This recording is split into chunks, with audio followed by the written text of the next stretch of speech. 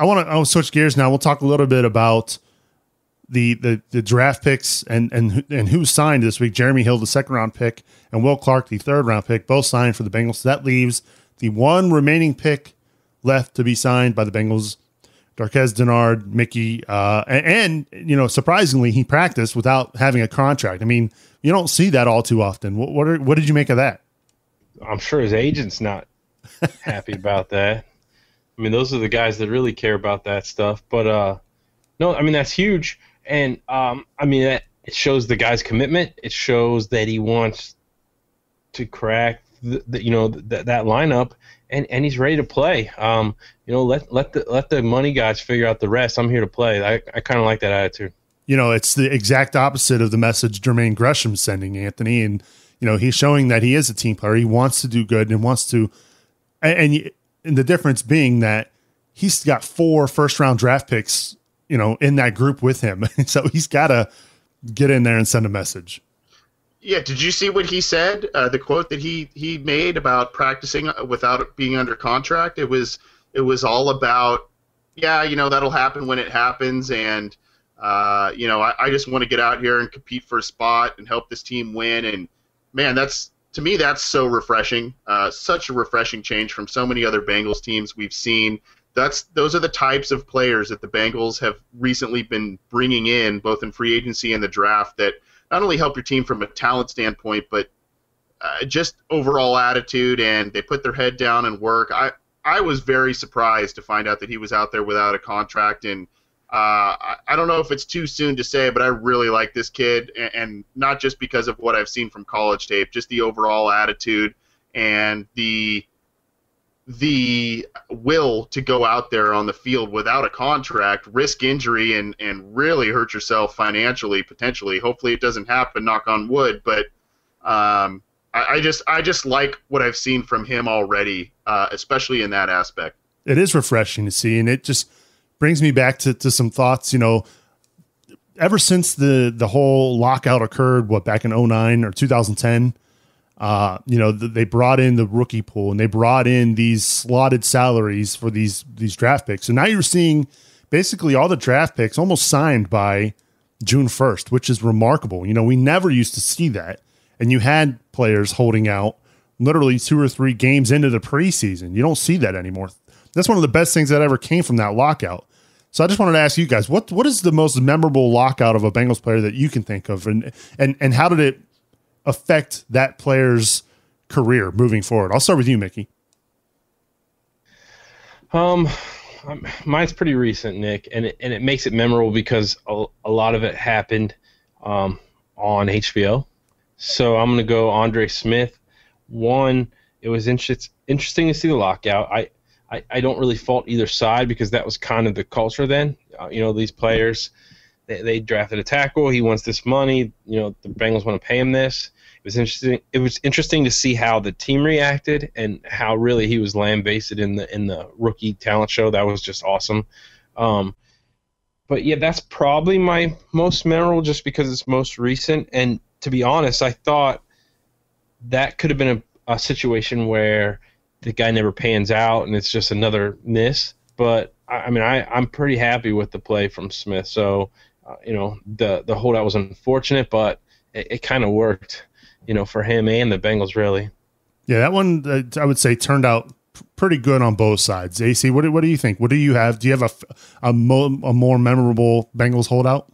Well, about the rookie wage scale, I'm a big fan of that, just league-wide. Because there were so many unproven players getting contracts that were just astronomical compared to very high-quality proven veterans, and they hadn't even stepped on the field and played a down of football yet. And I think that the rookie wage scale was something that needed to happen, and I think it's a very fair aspect of the CBA. In terms of what holdout or which holdout I remember the most, it's really just a series of things, and I think it really shows why the team struggled for so long. And selfishly speaking, as someone who follows the Bengals, I think the rookie wage scale, because of some of the hardball contract negotiation tactics that the Brown family tends to use, I think that really helps them, getting these guys in camp early. you go down the list. Peter Warwick was a holdout. Justin Smith was a holdout. David Pollock was a holdout. Andre Smith. I mean, all these guys that were first-round picks, and they could have come into camp right away, got into the playbook, contributed early on. I mean, David Pollock, I know the injury thing was a freak deal, but he didn't even really come into play until, they made the playoffs, maybe a tiny bit before that in '05. So, I mean, these are guys that you're building your team around, and almost every year there was a holdout. And, it really, really handicapped this team, I think, not only for that first year when they had more needs and needed these guys to step in right away and contribute, but long term. They never really caught up. Justin Smith might have been the exception, and obviously he went on and did better things with San Francisco. But, I mean, there's just a track record that's so long with the Bengals and holdouts, and I think it really hampered the team. So it's real hard for me to select one. Justin Smith for me was one I remember the most, because I think he ended up missing the first game of the regular season, if I'm not mistaken, because he signed so late. But the one that really sticks out to me, and I think impacted his career the most, I'm going with Akili Smith. I was just going to say that. For a guy drafted third overall with very limited snaps in college, this was somebody that needed to get into the playbook, get acclimated to the NFL. And by him holding out, I think he put himself behind the 8 ball from the get-go. And I think that's something he probably regrets. Would you agree that maybe derailed his career? Yeah, I just said, I don't know if you heard me when you started, that was the guy I said, 2 seconds before, I don't know who to pick, and then all of a sudden I muted my mic, and I'm sitting here going, oh gosh, Akili should have been the guy I picked. That killed his career. I mean, that was one of many things that killed his career, Mickey, but it didn't help. I think being drafted by the Bengals killed his career. Well, that Bengals regime. Right. That was a team that was not very good, and a third overall quarterback with very little, of a resume coming out of college was not going to be that difference. So yeah, it is memorable because we were kind of in the Cleveland Browns mode where every draft we seemed like we were getting our saviors, but we were too far away.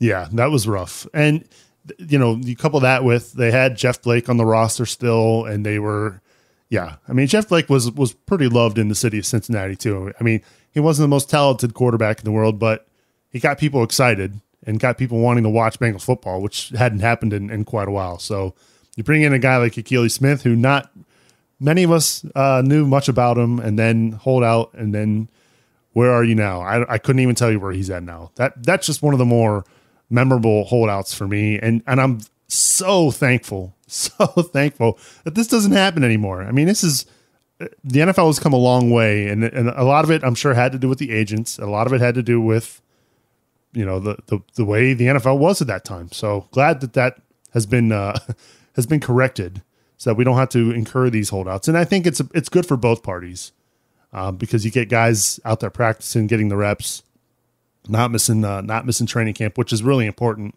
So it's good for the NFL over the long haul. Again, we're hanging out here at cincyjungle.com/live. If you're watching live, you want to get your thoughts in.